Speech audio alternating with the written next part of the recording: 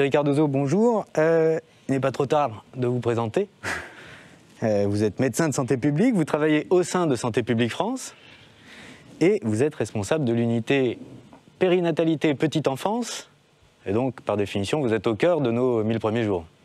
Alors, dites-nous un peu comment. Oui, merci. Et je suis ravi de pouvoir, d'avoir cette opportunité de vous parler un petit peu de la stratégie qui est mise en place et des missions de Santé publique France au regard de ce champ qui est le sujet aujourd'hui de ce colloque. Santé publique France, c'est dans les grandes missions, c'est d'abord d'écrire et comprendre. C'est à la fois développer des indicateurs de santé périnatale pour suivre l'état de santé de cette population, des femmes enceintes, des femmes qui accouchent et ensuite des enfants, développer de la connaissance sur le vécu des parents et des jeunes enfants, sur leurs pratiques parentales, sur leurs difficultés, sur leurs attentes, sur leurs besoins. Bien sûr, il y a eu des études développées spécifiquement dans ce champ-là dans le cadre de la crise du Covid. C'est aussi, et c'est un peu le sujet d'aujourd'hui, comment promouvoir des environnements favorables, travailler au recensement et à l'expérimentation et au déploiement, au soutien au déploiement des interventions précoces de prévention, qu'elles soient individuelles ou en groupe. Pour ça, c'est développer des partenariats qui travaillent sur le terrain, élaborer des plaidoyers aussi, comme aujourd'hui finalement, essayer de convaincre de l'importance d'agir le plus tôt, et on a vu à quel point c'était important. Et puis développer toute l'information, ce qu'on appelle les interventions basées sur le marketing social, qui est un mot peut-être un peu barbare, mais qui veut simplement dire que ça permet de donner de l'information utile, accessible, utilisable, pour que tout un chacun ensuite puisse agir au bénéfice de sa santé. Et je vais y revenir tout de suite. La surveillance de la santé périnatale, c'est, comme je l'ai dit, à la fois tout ce qui va concerner les pathologies autour de cette période, le devenir de la mère, le devenir de l'enfant, et étudier les facteurs de risque, mais aussi les facteurs protecteurs, les comportements, les expositions. On l'a déjà abordé dans toutes les interventions précédentes. On a vu sur l'importance des habitudes et contextes de vie, l'alimentation, l'activité physique, j'y reviens pas, les expositions environnementales avec des enquêtes et un gros programme de biosurveillance qui permet de connaître un peu les teneurs en imprégnation de différents métaux lourds et autres polluants. La coordination avec l'INSERM des enquêtes nationales, périnatales et toutes les données, notamment, on a parlé tout à l'heure de ce taux terrible de suicide. C'est effectivement cette étude sur la mortalité maternelle. Il va y avoir donc très très prochainement, d'ici novembre, un rapport, le premier rapport qui compile tous les indicateurs disponibles et qui va être le premier rapport à la fois au niveau national et au niveau territorial, et chaque année sera incrémenté de nouvelles données. Une enquête 1000 par an, 1000 jours, qui était vraiment sur les besoins, les attentes, et qui nous a permis de construire toute l'information. Et pour l'année prochaine, une grande enquête nationale sur la parentalité, pour mieux comprendre, finalement, quand on parle de difficultés à la parentalité, mais finalement de quoi parle-t-on au niveau, bien sûr, populationnel, et non pas au niveau purement individuel, dans le colloque singulier que les professionnels rencontrent au quotidien. Tout ça pour, évidemment, essayer de voir comment, collectivement, on a vu que c'était un projet sociétal, mieux connaître d'abord les conditions de vie, les contextes, comment se construisent les vulnérabilités, comment se construisent les inégalités sociales de santé ici, au niveau national, en métropole comme en Outre-mer. Alors, on en a parlé, c'est un vrai objectif de développement durable. Les allocutions, introductions l'ont bien redit. On développe une approche globale. Et ça, c'est peut-être une particularité. La promotion de la santé n'est pas toujours bien comprise, au fond. Qu'est-ce qu'on fait dans la promotion de la santé? Eh bien, on part de la personne, et plutôt que de partir directement de déterminants particuliers. Et on va essayer de comprendre, finalement, Laurent Storm a tout à l'heure parlé de priorisation et de priorité. En effet, tous les facteurs n'ont pas forcément le même poids dans, finalement, le développement en santé. Ça va être, d'un côté, favoriser au plan individuel la mobilisation de ressources qu'on appelle les habiletés de vie, ce qu'a dit tout à l'heure Boris Cyrulnik. Parfois, on y arrive tout seul, parfois on a besoin d'aide, et donc c'est comment travailler avec les professionnels. Beaucoup nous écoutent aujourd'hui et voient tout à fait de quoi je peux parler. C'est bien sûr une approche intersectorielle sur tous les territoires, et là on voit bien que on est au début de quelque chose, d'un mouvement sociétal, d'une nouvelle manière de regarder les choses, et on a besoin, et c'est pas forcément la santé au sens ministère de la Santé, et on voit bien à quel point la santé a des déterminants dans l'ensemble, évidemment, des conditions de vie. Donc ça veut dire qu'il y a une spécificité quand même à regarder, à s'intéresser, à essayer de soutenir, à comprendre où sont les vulnérabilités, comment se construisent ces vulnérabilités dans un parcours de vie et singulièrement au début de la vie. Alors, j'en reviens pas, hein, on en a parlé, c'est les fondements scientifiques, il y a énormément de travaux, on s'appuie sur ces fondements, les revues du Lancet, les travaux de David Barker en 1980 qui ont fait ce lien en fait entre des événements de vie très très tôt dans la vie et des maladies chroniques et de la mortalité notamment coronarienne, des maladies cardiovasculaires à l'âge adulte. Donc ça a été le point de départ un peu de tous les travaux de recherche sur l'origine développementale de la santé et des maladies. Et l'OMS s'en est emparé, comprenant à quel point c'était fondamental sur les aspects de nutrition, sur les aspects de sécurité des bâtis, du chimique, mais aussi de la sécurité émotionnelle. Et donc on a parlé de cet écosystème. C'est quoi finalement l'approche écosystémique? Eh bien c'est ça.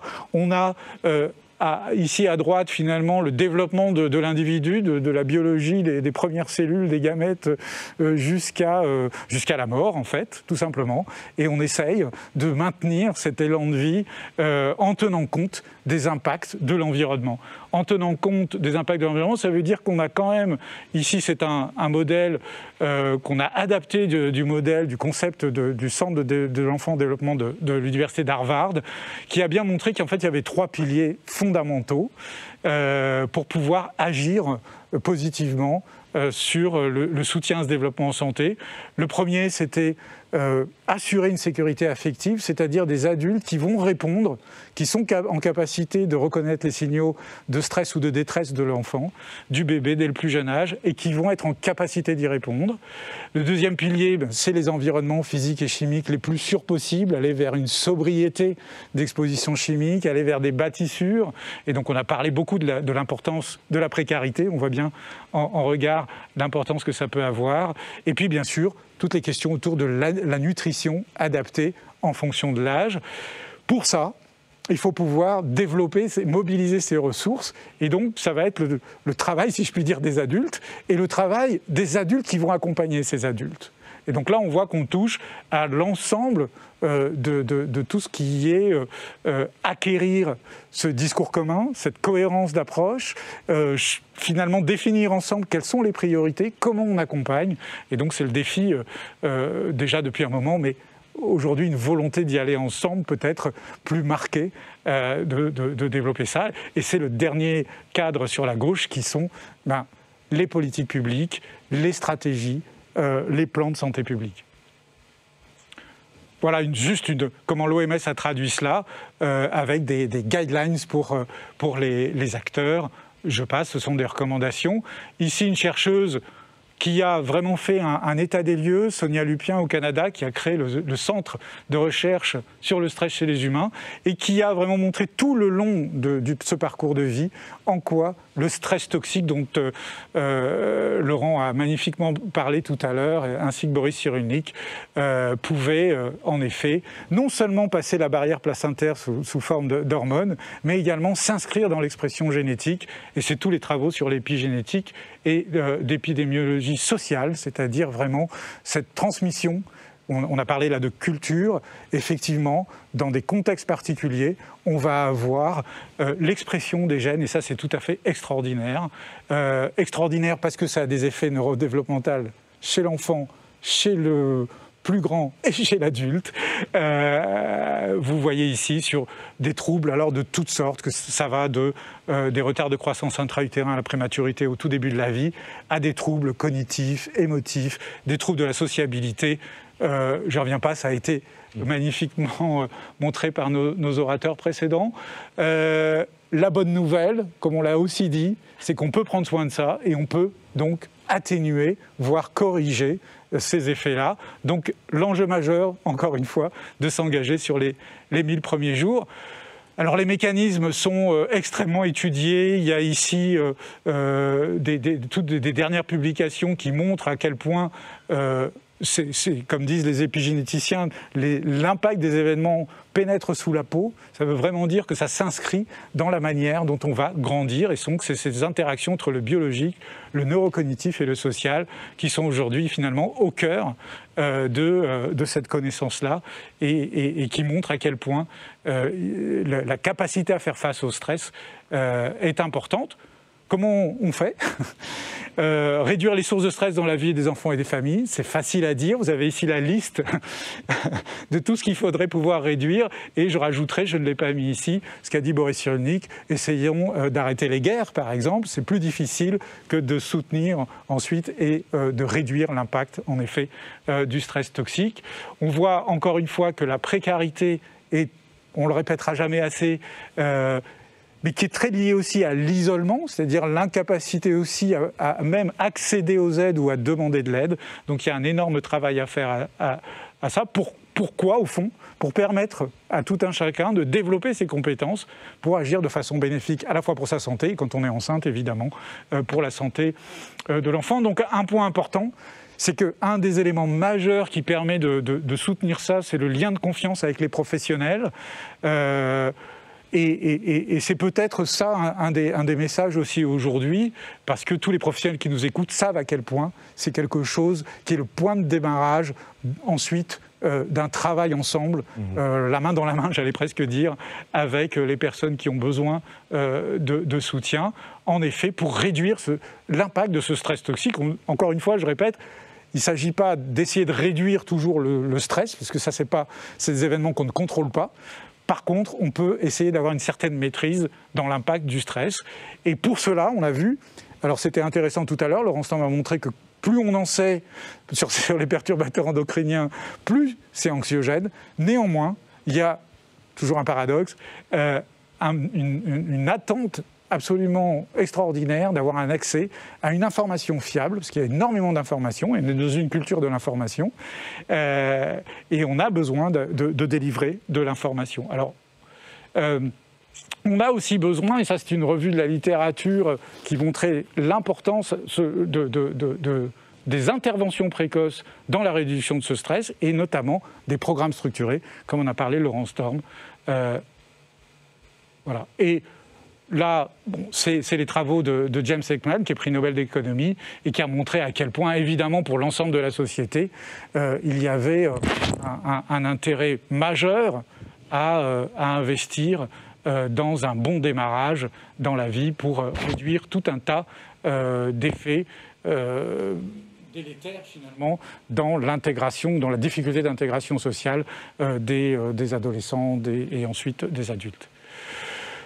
Donc, on s'inscrit à Santé publique France dans cette dynamique de la connaissance à l'action, construire des diagnostics, de la connaissance dans l'ensemble de ce champ-là, pour vraiment mieux connaître et mieux s'adapter et mieux aider à la décision, puisque c'est notre mission, aider à la décision publique, et donc mieux comprendre aussi non seulement les attentes des parents, leur vécu, et bien entendu connaître leur état de santé, pour pouvoir renforcer tout ce qu'on a pu voir juste avant, des relations soutenantes, des habiletés de vie ou compétences psychosociales, et en effet réduire l'impact de ce fameux stress toxique dans la vie des enfants et des familles.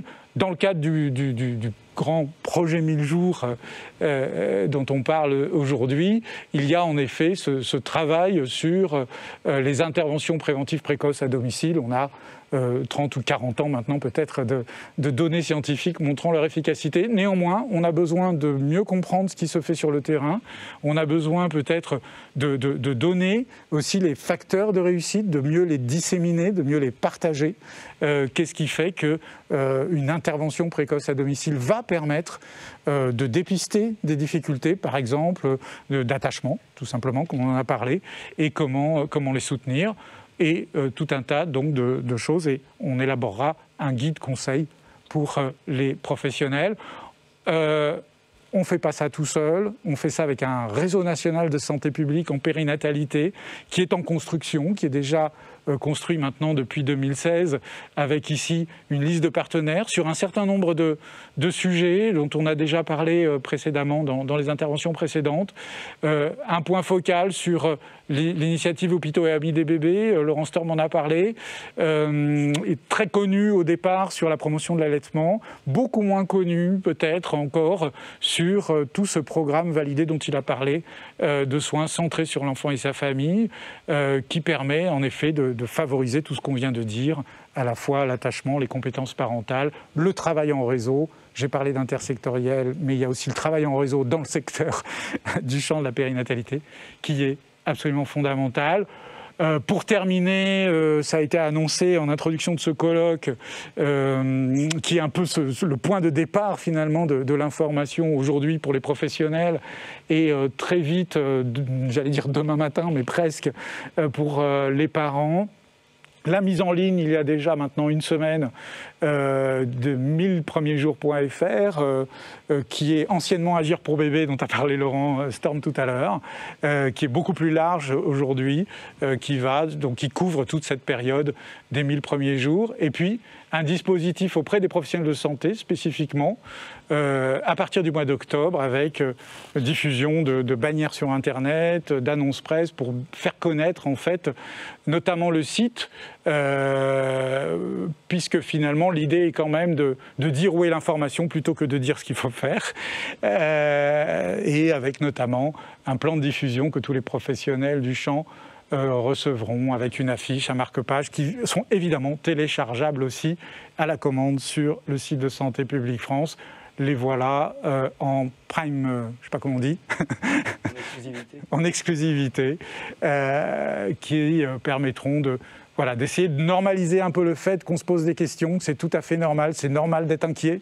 Donc il ne s'agit pas de gommer cette inquiétude et ce stress, bien au contraire.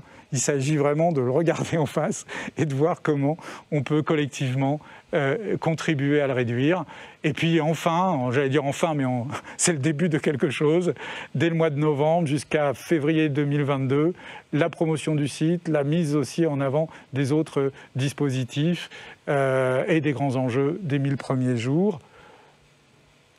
Pour en savoir plus, voilà, le site et des publications. Je vous remercie beaucoup. Bah non, c'est nous qui vous remercions, enfin c'est moi qui vous remercie. Le ssite est déjà en ligne, donc il ne faut pas hésiter à aller le regarder. Et effectivement, ça permet tout de suite d'avoir des réponses à ces questions. Moi, j'y suis allé encore récemment, il y a des nouvelles sections adaptées justement à la situation dans laquelle se trouvent les parents, comme les questions du moment. Et je trouve l'approche très intéressante. Ça permet de ne pas être perdu dans une information qui est souvent foisonnante, et d'être orienté finalement vers les questions que l'on est le plus susceptible de se poser au moment où l'on se trouve dans ce parcours des 1000 premiers jours. Merci beaucoup Thierry. J'ai retenu surtout qu'il est possible d'agir, et évidemment pour nous au sein du ministère des Solidarités et de la Santé, c'est le plus important. C'est ce qui donne une possibilité à l'action publique. J'ai retenu également que travailler sur les 1000 premiers jours, c'est lutter contre les inégalités sociales, avec les liens très forts qu'on peut avoir entre santé et solidarité. C'est l'ADN de notre ministère. Alors, on a des questions, mais moi, je n'en ai pas qui me sont parvenues sur la tablette. Si on peut les afficher, c'est très volontiers. Sinon, je voulais peut-être, Thierry, que vous nous précisiez comment va s'organiser, s'articuler peut-être le déploiement entre le volet professionnel et le volet grand public de la campagne de marketing social. Et surtout, est-ce que ça va s'arrêter en 2021 ? Qu'est-ce qui se passera après ? Alors, l'idée aujourd'hui est de faire connaître aux professionnels qu'il va y avoir de l'information pour, en fait, le grand public. Il ne s'agit pas aujourd'hui de donner de l'information sur les 1000 premiers jours aux professionnels du champ qui connaissent ou qui savent se former et mieux en connaître. L'enjeu, alors pour tout vous dire, au départ, c'était vraiment... On a bien senti là qu'il y avait un enjeu sociétal et qu'on voulait d'emblée essayer de mobiliser toute la société. C'est moins facile qu'il n'y paraît. Il y a tellement aussi de sujets qui impactent la société aujourd'hui que finalement le choix a été fait d'abord d'essayer d'informer au mieux les parents sur deux choses. Sur le fait que les 1000 premiers jours, évidemment, tout le monde se doute bien que c'est important. C'est le début de la vie. Néanmoins, on peut être assez démuni parfois et avec cette pression sociétale, on a parlé de la culture, on a parlé de la transmission intergénérationnelle. Et finalement, peut-être que certains parents, on le sent bien, se sentent un peu seuls au milieu de tout ça. Et l'idée de se dire, de normaliser en fait, le fait, encore une fois, de se poser des questions, d'avoir tout un tas de changements aussi. Les questions changent au cours du temps. Et donc d'essayer effectivement d'accompagner un peu, à la fois sur ces questions de perturbateurs endocriniens, on a vu qu'ils sont extrêmement anxiogènes et pas faciles à comprendre et pour lesquels parfois on n'a pas de solution, on n'a pas de réponse, en tout cas à l'échelle individuelle. Encore une fois, là, il s'agit de voir dans son quotidien, finalement, comment on peut ajuster ce qui est accessible à notre portée en tant qu'individu, sachant que, évidemment, on voit bien que c'est aussi des enjeux de réglementation, non seulement à l'échelle nationale, mais aussi à l'échelle européenne. Donc on voit bien que là, encore une fois, on est dans cette approche socio-écologique et de resituer le parent là-dedans, si je puis dire, qui ne doit pas tout prendre sur ses épaules. Très bien. Alors, est-ce qu'on a des questions qui nous ont été remontées ? Et on n'a pas parlé de 2022. Parce que moi, j'ai compris qu'en 2021, on va réussir à, finalement, faire connaître l'existence des 1000 premiers jours, ce concept scientifique, auprès de professionnels qui le connaissent déjà bien, mais également auprès d'un large public. Est-ce que, côté Santé publique France, vous imaginez une campagne de marketing social en escalier ? Quelles seraient les prochaines étapes ? Oui, tout à fait. Comme vous l'avez dit, c'est vraiment, on est au point de départ d'une nouvelle culture, créer une culture autour des 1000 premiers jours. Une culture à la fois de cohérence, encore une fois, pour les professionnels, de discours, de connaissances. Pour les parents, comprendre en fait les enjeux, on a vu les enjeux d'interaction, les enjeux de tout ce qui était finalement possible de faire. J'allais presque utiliser le fait de tout ce qu'il est possible d'être, plutôt que de faire d'ailleurs, d'inciter en fait à se faire confiance, etc. Donc on a effectivement toute une stratégie pluriannuelle en fait, et en s'ancrant, c'est notre méthode finalement, sur les connaissances scientifiques et les enquêtes. C'est-à-dire qu'on va avoir besoin aussi de faire cet aller-retour entre les diagnostics sur la santé des parents et des enfants de manière globale, les vécus, la manière dont ça décline dans une hétérogénéité extraordinaire sur les territoires et à des échelles parfois très micro, donc mieux comprendre en effet, pour mieux outiller ensuite aussi les professionnels qui accompagnent les parents. Donc il y a vraiment ces deux angles toujours, de trouver dans ce modèle de proche en proche, comme disait Boris Cyrulnik, cette niche sensorielle de sécurité, eh bien comment on arrive à petit à petit disséminer à la fois de l'information la plus juste possible.